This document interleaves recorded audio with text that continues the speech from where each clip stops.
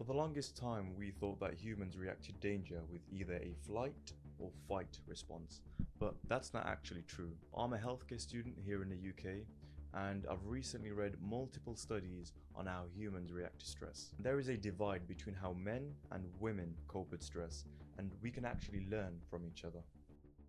The research shows that when females are under stress, they undergo what's called a tend and befriend response. So the tend means that they seek to nurture and care for others, especially usually their own children. And the befriend response in the tend and befriend model is that they seek to form social connections and bonds. So this tend and befriend response is actually very useful for survival. When females seek companionship and caring for others, they form these communities which share resources, they share responsibilities, they share protection, and they increase the risk of survival. But what's very interesting about this tend and befriend response is that women don't just bond with anyone. So we've seen in studies where women were stressed, they had the option between bonding with a stranger female or being alone. They would choose the stranger female. But when you switch out the stranger female for a male, where the options are either be with a stranger male or be alone, these women chose to be alone. Now, we don't know exactly why that is, but it's most likely that men are more likely to take advantage of vulnerable women, and so women naturally develop this sense of caution towards male strangers compared to female strangers.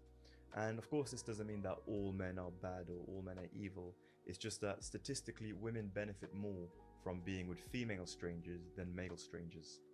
So on the flip side of the coin, males deal with stress in a way more aligned with the familiar flight or fight response. So they're usually more focused, they're more alert, they're usually also more aggressive. And what's interesting is that they also put aside pleasures or appetitive desires, such as they're less likely to eat, less likely to drink, they're less likely to engage in socializing. And what's interesting is that we see this occur in everyday life. So when a male comes home from work stressed, they're more likely to isolate and not engage with their families. Now, on the other hand, when a female comes home from work, we know that when they are stressed, they seek to tend and befriend. And so it's been found that they're more likely to engage with their children in a caring and nurturing way. Now, you might be thinking this can't be completely biological. Surely our culture and our environment influences the way we act and respond to stress. But what's interesting is that we see this same behavior not just in humans, but even in rodents such as mice. So if you were to place a male rodent in a crowded environment with many other mice, the male rodent would feel stressed. We know that their stress hormone levels would increase, specifically their corticosteroids. On the other hand, female rodents actually feel more calm and relaxed in crowded environments. So while it's true that yes, culture does play a factor in how we behave, we can also see that there are biological roots to our behavior. So what's actually going on here? Why do males and females respond so differently to stress? We can explain this in two ways. The first is using hormones. So both males and females have a HPA axis, but we'll just refer to this as the stress response system. And the stress response system activates during times of stress, obviously. So here is the male stress response system, and here is the female stress response system.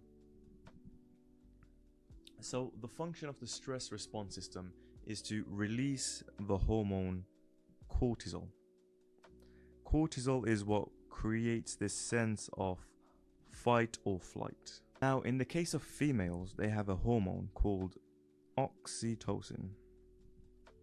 Now, oxytocin, we know it as the love hormone or the bonding hormone, and it promotes us to care for others, connect with others, socialize, and essentially promotes this tend and befriend response under stress.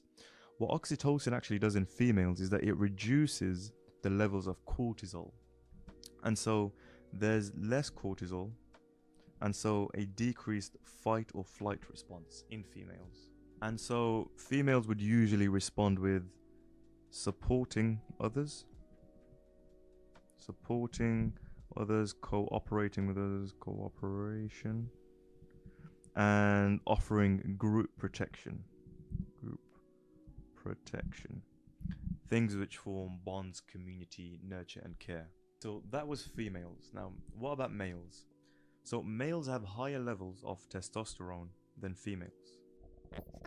Now, what testosterone does, it actually stimulates the increase of cortisol. So we get higher amounts of cortisol in the body. Cortisol goes up. We know that cortisol increases the fight or flight response. So since males have this increased fight or flight response, they're more likely to be aggressive and or avoidant. So this reaction of either being more aggressive or more avoidant relates back to the fight or flight response. So being aggressive would be the equivalent of fighting, while being avoidant is the equivalent of flying away from the stressor. And this goes back to the example we've seen where when a stressed father would come home, he's more likely to avoid his family, more likely to isolate. And of course, this is being avoidant. This is flying away from the stressor. So the second reason on why males and females react differently to stress actually has to do with different parts of the brain being activated. And we see in males, for example, the right prefrontal cortex is activated, which you can see here. So this part of the brain is responsible for decision making and problem solving. So while the right prefrontal cortex, as we've seen, is activated further, another part of the male brain is actually deactivated. This is called the left orbital frontal cortex. What is its function? So the left orbital frontal cortex is actually responsible for allowing us to stay calm, allowing us to socialize and bond with others, be able to read social cues. And so when this part of the brain is deactivated under stress, males are more likely to be aggressive, less likely to seek social connection, ignore relationships, and they are more likely, or in this case less likely, to stay calm. So when it comes to female stress, we actually see that parts of the limbic system are activated in their brain, but specifically the most important one being the ventral striatum. So the ventral striatum is responsible for seeking social connection, bonding with others, socializing, and trying to nurture and care for others, such as your own children or other people in general. And so it makes sense why women seek to tend and befriend during times of stress, as opposed to the male fight or flight response. So males and females react to stress differently, as we've just seen, but they also stress about different things. So let me illustrate here. So males are more likely to be stressed when it comes to achievement-based stress. Females are more likely to be stressed when it comes to social challenges such as social rejection. So what does this actually mean? So males usually value themselves on their ability to be unique, their ability to provide something of value. So for example, being a skilled farmer or a skilled surgeon. This makes sense evolutionarily when we think about if every male within a community had a specialist unique ability, they're able to provide so much value to the community and the survival chances of the community increases. Now, females on the other hand are more likely to value themselves on their ability to maintain social cohesion. And so when they feel outcast from a community, their stress levels are going to be much higher than that of males.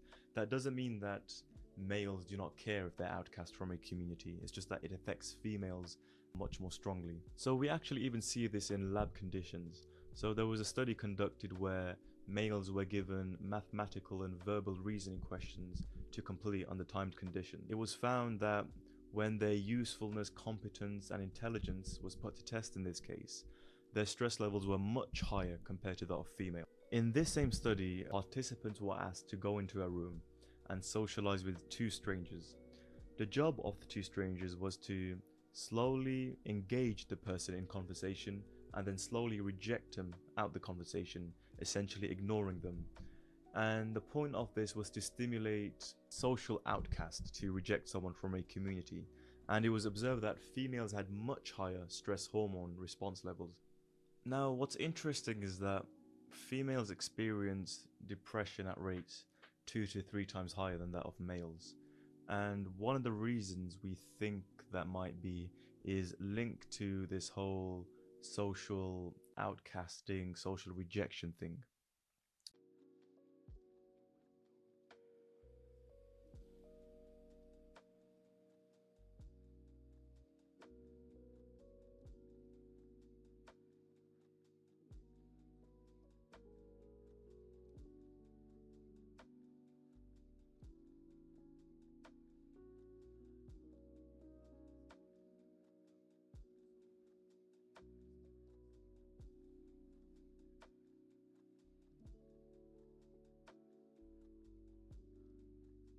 And so here we see a clash. Here, females have an increased want for social connection and emotional belonging. But this is also the age where there are more chances of social exclusion, rejection, conflicts. This creates, or at least contributes to females having 2 to 3 times higher rates of depression during adolescence than males.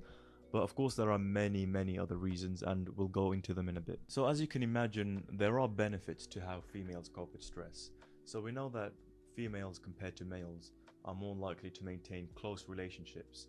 They're more likely or less likely to rely on their spouse during times of stress, and they're more likely to turn to friends for support. So, this provides females with emotional stability. There are disadvantages to how females cope with stress. So females are more likely to ruminate, in other words, overthink their situation, more likely to sit in their depression thinking about the wrong choices they made or think negatively about the future. And all this overthinking prevents them from finding a problem to the solution. This leads to more depression, more overthinking, and it's a deadly cycle. It could be very harsh. Now, what's interesting is that while we know that males are more likely to seek problem solving as a solution to their stresses, when they see things as outside of their control, such as having troubles in their relationships that they can't fix, or say, unfortunately, a good friend of theirs or a sibling got cancer. These things which are outside of their control, they're less likely to seek modes of critical thinking, and they're more likely to ruminate and overthink the problem and be avoided. Now, we know that this may actually be cultural, so being in control of your situation and being able to manage your life is part of masculinity in many cultures. And so when a male feels that they can't control their situation, it almost feels that their masculinity is being challenged, and so this leads them to withdraw from the situation. But it could also be biological, so we know that males are more likely to engage in fight or flight, and avoiding the situation could essentially just be a flight response to a stress. So far we know that males use problem solving as a way to deal with their stress, while females use social connection as a way to deal with their stress. And we actually see examples of this. So studies shown that when they lose jobs, males are more likely to try to solve the problem directly by seeking new jobs, especially outside of their own town, essentially just finding new leads. On the other hand, females are more likely to seek additional training before finding a new job. And this could be seen as a way of seeking social support. Of course, when you seek additional training, you're there with other students, you're there with a teacher. And so we can see how males and females use different methods to cope with stress. Now, the bad thing to do would be to fall into the trap of thinking, oh, females emotional, males rational. Because we've actually seen that these different stress responses come with their different advantages and disadvantages. They also actually complement each other. So if we look here, males have a tendency for problem solving. They're more likely to take decisive action. And they're more likely to pursue solutions alone. And focus on achieving specific goals. So that's the male form of coping. Now, On the other hand, we have the female strategy. So, the way females cope with stress promotes social cohesion. It promotes emotional bonding. It promotes community stability. And in total, just mutual support.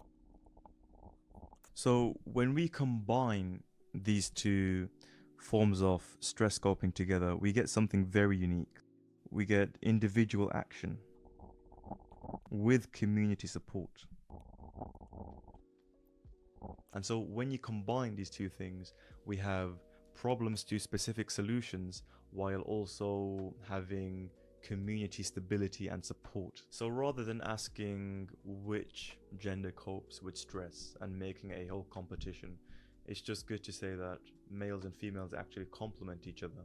And most likely we wouldn't be able to survive without each other. Not most likely, we just wouldn't. So this whole time we talked about biology, and of course we kind of skipped out on a whole thing, which is of course culture and the environments we're raised in influence how we cope with stress, and we'll talk about that for a bit. So of course we can't ignore that, generally speaking, females are raised to be able to express their emotions freely and talk to others about how they're feeling. And so this of course allows them to create these social bonds. And on the other hand, males are a lot of the time told that expressing their emotions and how they're feeling is seen as a sign of weakness. And so they generally avoid telling others how they feel. We see that they're most likely to be avoidant, in other words, to flight away from the stressor. But of course, keeping all these emotions within you as a male could also, build up and lead to aggressiveness, in other words, fight, which can explain this fight and flight response in a cultural way. So because females are encouraged to feel and think about their emotions, they're also at a higher risk of rumination. So rumination is a form of overthinking where instead of trying to solve the problem which is causing you stress, instead you almost ignore it, preferring to think about it rather than working on it. Now, of course, this isn't strictly females. Males also do this. Now, rumination can be very dangerous. So when you just sit there and think about how depressed you are, how everything is going wrong in your relationship, in your job, how depressed and upset and tired you feel, replaying this in your head over and over again actually sinks you deeper into depression. And many people think that, by sitting there and just thinking about how sad I am, I'm able to understand myself and process my feelings better. But that's not actually true. It grabs us further down into depression. And there's a solution to this. Now, many people think that, by sitting there thinking about how sad I am, ruminating in my depression, I'll be able to understand how I'm feeling better and be able to solve my problem. But that's actually not true. Rumination pulls you deeper into depression, and it does this through mainly three different ways. The first way is you're more likely to, by living in this negative space in your head, have negative perceptions about the future. You become pessimistic, and you also have negative perceptions of the thing which is causing you that stress. So you feel powerless and you feel almost worthless. So as we can see here, we have feeling depressed. And then this leads to rumination or overthinking. And rumination leads to a pessimistic outcome. And having a negative expectation of the future or your current circumstance eventually leads to more depression. So this whole cycle grabs you further down into depression. By living in that negative space, being more pessimistic, you're more likely to be more self-critical, see things in a distorted way, seeing them as worse than they actually are. Now, the second problem with rumination is that because we're in that negative space and we can't think clearly, our judgment, our ability to problem solve is actually clouded. So instead of being able to think of solutions to our problems, we're actually unable to because our brain is not functioning as it usually is able to. So our problems will remain unsolved. So we'll have your problem solving is shot. Problem solving not working. So your problems will remain unsolved. Your stress continues. And your depression lasts longer. So, because in rumination we're living in that negative space and our problem solving isn't functioning as it should, we're not only solving our current problem, but we also have upcoming deadlines such as schoolwork or a job interview to do soon. Our relationship takes a hit. And so, all these things around us are crumbling because we aren't able to problem solve anymore. And of course, when all these things around us are crumbling, what happens? We sink deeper into depression. We feel that we're failures. We can't take care of ourselves. Life is all doom and gloom. And what happens is we're more depressed, sink deeper into rumination. Things around us crumble further. And it's just this endless cycle. So, how do we actually fix this? If I shouldn't think about my problems, if I shouldn't think about the negative situation, think about my feelings, then what do I actually do to fix my stress? Now, you should actually just distract yourself. And it's important to make a difference, a distinction between distraction and avoiding the problem. So, distraction should be strategic in a healthy way. So, when you're sad, when something stressful happens, it clouds your ability to make a judgment, it clouds your ability to problem solve. So what you should do is go out and socialize with some friends, go do something fun, do some fun work, play a video game, play some sports. So what this does is it takes your mind off the stressor, it clears your mind, and then you're able to come back to the problem with a clear mind. A clear mind is able to make good judgments, good problem solving, and then you're able to solve the thing which is causing you stress in life. So of course, we can't problem solve all things which are causing us stress in life. Sometimes things are outside of our control, and this includes things like a devastating earthquake just wiped away your house, for example, or recently a family member whom you really love passed away. But what's actually interesting is studies have shown that those who ruminate and overthink about these stresses in life which they can't control, while they're usually depressed 1 week after the stress has occurred, they're even more depressed 7 weeks after the stress has occurred, compared to those who use distraction as a tool for dealing with stress. They're usually less stressed 7 weeks after the stressful event has taken place. So it shows that distraction is always a useful tool, no matter what stressor you're encountering. So we did mention that females are at higher risk of depression and rumination than males. And I feel like I have to clear up why. So it's not simply due to biology, it's also heavily influenced by culture. So during adolescence, ages 14 to 15 especially, when females are 2 to 3 times more likely to feel stress, these are times in their lives when their body's changing. And as we know, there's stronger societal expectations on females to look a specific way. And when they're going through puberty, their body's changing, breasts are developing, they're gaining weight. And during this age, they see their body changing away from societal norms and expectations. And so they're more likely to be self-conscious, more likely to overthink about the way they look. And of course, overthinking is rumination. And what does rumination lead to? It leads to depression. And unfortunately, one of the other things which contribute to adolescent female depression is the higher rates of sexual abuse. So adolescent females are 2 to 3 times more likely than males to be abused. And this unfortunately not only leads to depression in the short term, it could also lead to lifelong depression and affect their future relationships and job prospects. Now, a third reason why females have higher rates of depression usually has to do with their lower expectations from families, meaning they usually have lower independence during their adolescent ages. And this lower independence, lower ability to be free usually comes with restrictions on which university they can go or which job they can apply to. And so they're more likely to end up with jobs of lower value. And so they end up feeling more incompetent, for example. And because of their lower independence, they have less knowledge of how society or the world works because they've been exposed less to it. And so they're more likely to feel ignorant in themselves, have low self-value. And this all leads to overthinking, rumination, and eventually depression. So rumination is actually very dangerous, especially during these adolescent years, because these years are what dictate usually how the rest of our lives will go. So when you're ruminating during adolescence, what happens is you're depressed. When you're depressed, your grades slip. When your grades slip, you're academically disadvantaged compared to other people.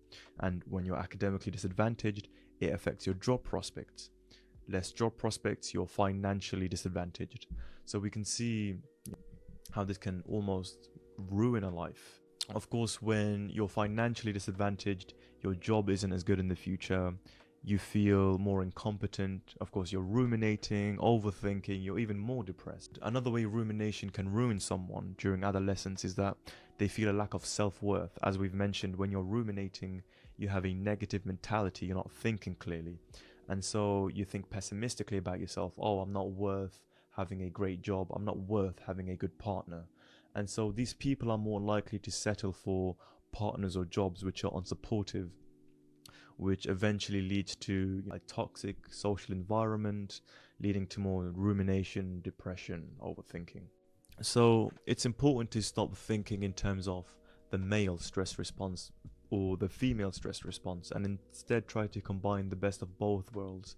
So try to combine problem solving with seeking social support, trying to avoid rumination and using distraction as a tool of coping with stress, eventually creating a healthier mindset and building better lives for ourselves in conclusion.